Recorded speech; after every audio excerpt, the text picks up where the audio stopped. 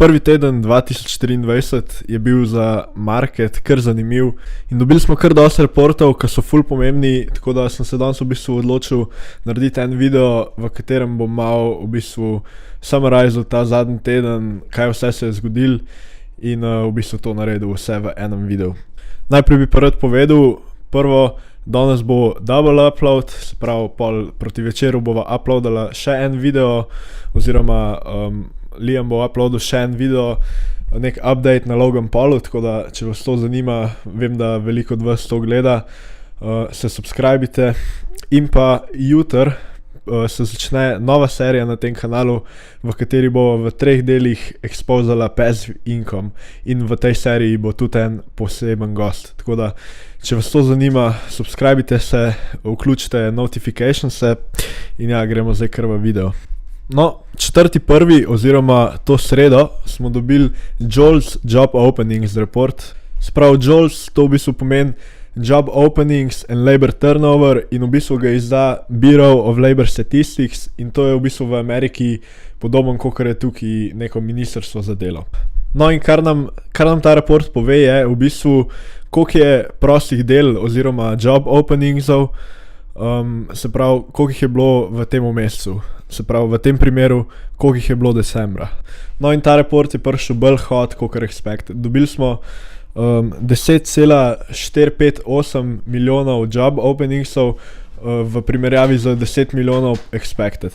In to je že 3. mesec zapored, ko je ta report prišel hot in v bistvu že 11. od zadnjih 12 mesecev, ko je ta report v bistvu bitu, se pravi, na gor. No in tukaj se verjetno sprašujete, a ni to dobro, da je v bistvu več job openingsov oziroma teh prostih del, kakor expected. In ja, v navadnih situacijah, v navadnih primerih bi bilo to dobro, ampak glede na to, da je zdaj inflation tako high, oziroma v zadnjem obdobju je bil inflation tako high, v bistvu Fed hoče čim manj job openingsov.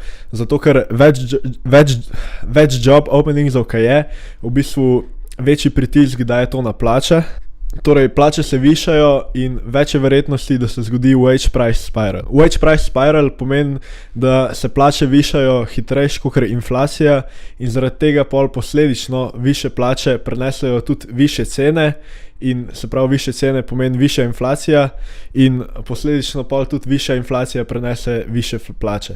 Se pravi, kakor vidite, to je nek začaran krog, zato se reče temu wage price spiral.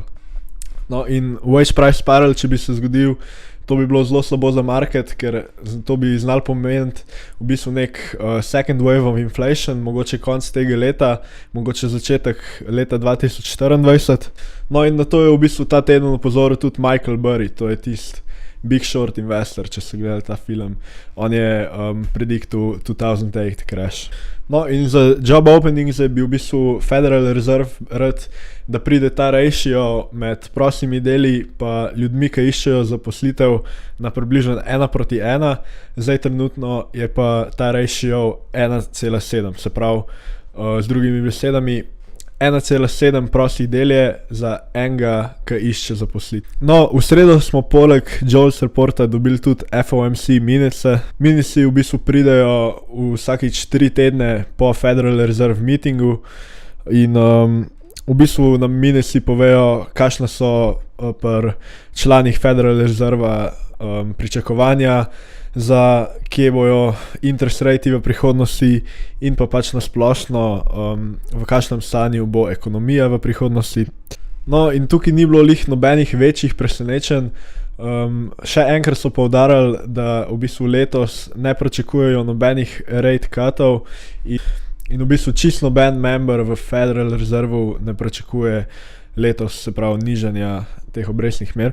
Spet so povedali, da je pač to restricted stanje, se pravi višji interest rate, da je to potrebno, dokler ne bojo sigurni, da se inflacija niža in v bistvu, da bo prišla na njihov željen cilj, kar je 2%. In pri temu je tudi veliko članov v bistvu opozoril, da nas zgodovina pač opozarja, da predčasno nižanje ratesov se lahko slabo konča. Sicer so na kratko v minusih omenili, da je malo koncerna, da bojo preveč hitro tightenali, se pravi, da da bojo v bistvu interest rate znižali preveč, ampak so to pa hitro vrgli, ker so rekli, da je njihov največji cilj še vedno nižanje inflacije. No, v četrtek oziroma 5.1. ni bilo sicer nobenih takih pomembnih reportov, ampak je pa govoril en member Federal Reserve, James Bullard, in meni se je zdelo to, kar je rekel, v bistvu dosti zanimiv. No, James Bullard, ki je v bistvu konsideran bolj hawkish Federal Reserve member. Hawkish, če ne veste, pomeni, da je v bistvu bolj agresiven, naprimer pri višanju rateov, tudi če bi to recimo lahko pomenil manjši GDP ali pa večji unemployment ali pa mogoče celo potencialno recession. No, on je v intervjuju, ki ga je imel v četrtek, rekel, da misli, da bo leto 2023 zelo disinflationary.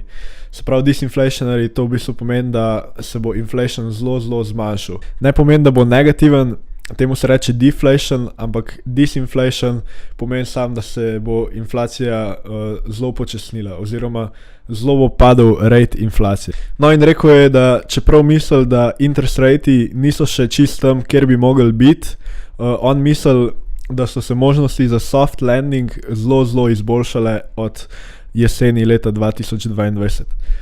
Soft landing, če ne veste, kaj to pomeni, je v bistvu sam, da bojo odpravili inflacijo, brez da bi v bistvu povzročili nek večji recession oziroma večji unemployment. No, rekel je tudi, da se njemu zdi, da bo 5% interest rate mogoče dovolj, kar v bistvu pomeni, da nas potencialno čaka samo še 0,75% interest rate hajkov, preden se je v bistvu Federal Reserve ustal. No, in če ima prav glede inflacije, je to potencialno zelo dobro za market, zato ker mogoče res Federal Reserve ne bo rabil toliko v bistvu interest rate povečevati, kakor smo mislili.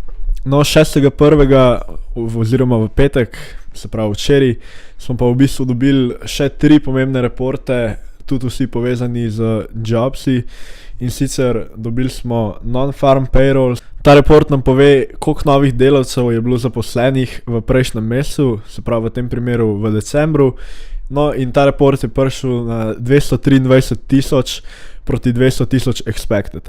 Se pravi, spet bolj hot, kot smo mislili, zato ker kogar pri Jolsih tukaj v bistvu hočemo videti manjšo cifro, zato ker bo to pomenil manj pritiska na plače in potencialno pol manjšo inflacijo oziroma manj šanse za wage price spiral.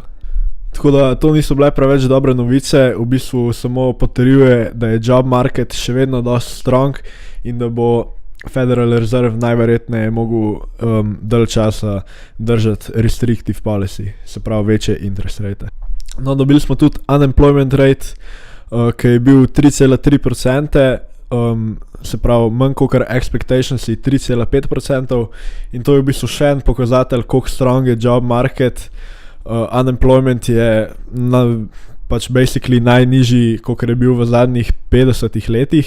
In ja, kot sem prej rekel, strong job market je za market dosti slabo. Zdaj ne me narobe razumeti, valjda je dober, če je manjši unemployment, ampak jaz tukaj govorim sam, kar se tiče marketa, kaj bi bilo najboljše. No, smo pa dobili včeraj tudi ene dobre novice, in sicer to je bil average hourly earnings report, se pravi report, ki v bistvu meri, koliko je povprečna plača na uro, in to se je povečalo 4,6% letno proti 5% expected. No, in to je bil najnižji wage growth od avgusta leta 2021, ki je bil 4,3. No, mesečno je pa, se pravi, hourly earnings growth prišel na 0,3% proti 0,4 expected, no, in kar je isto full manj, kot recimo prejšnji mesec, ki je bilo 0,6. Se pravi, to gre v pravo smer in tukaj je zelo dobro, da je ta številka manjša kot inflation, zato ker to v bistvu pol zmanjšuje možnosti za wage price spiral. Plus 0,3 na mesec, če damo krat 12, bi bilo to 3,6% letno, kar je v bistvu skoraj že, se že kar bliža tistemu cilju Federal Reserve. In ja, to je bilo v bistvu to, kar se je zgodilo ta teden. Glede na to, koliko smo dobili teh reportov, je dosti zanimiv, market je relativno flat. Naslednji teden pride še CPI oziroma inflation report. to bo najverjetneje Move Market, zato ker vedno ga do zdaj bova reportala tudi na kanalu. Tako da, ja, upam, da vam bi bil všeč tale weekly recap in ja, se vidimo v naslednjem videu.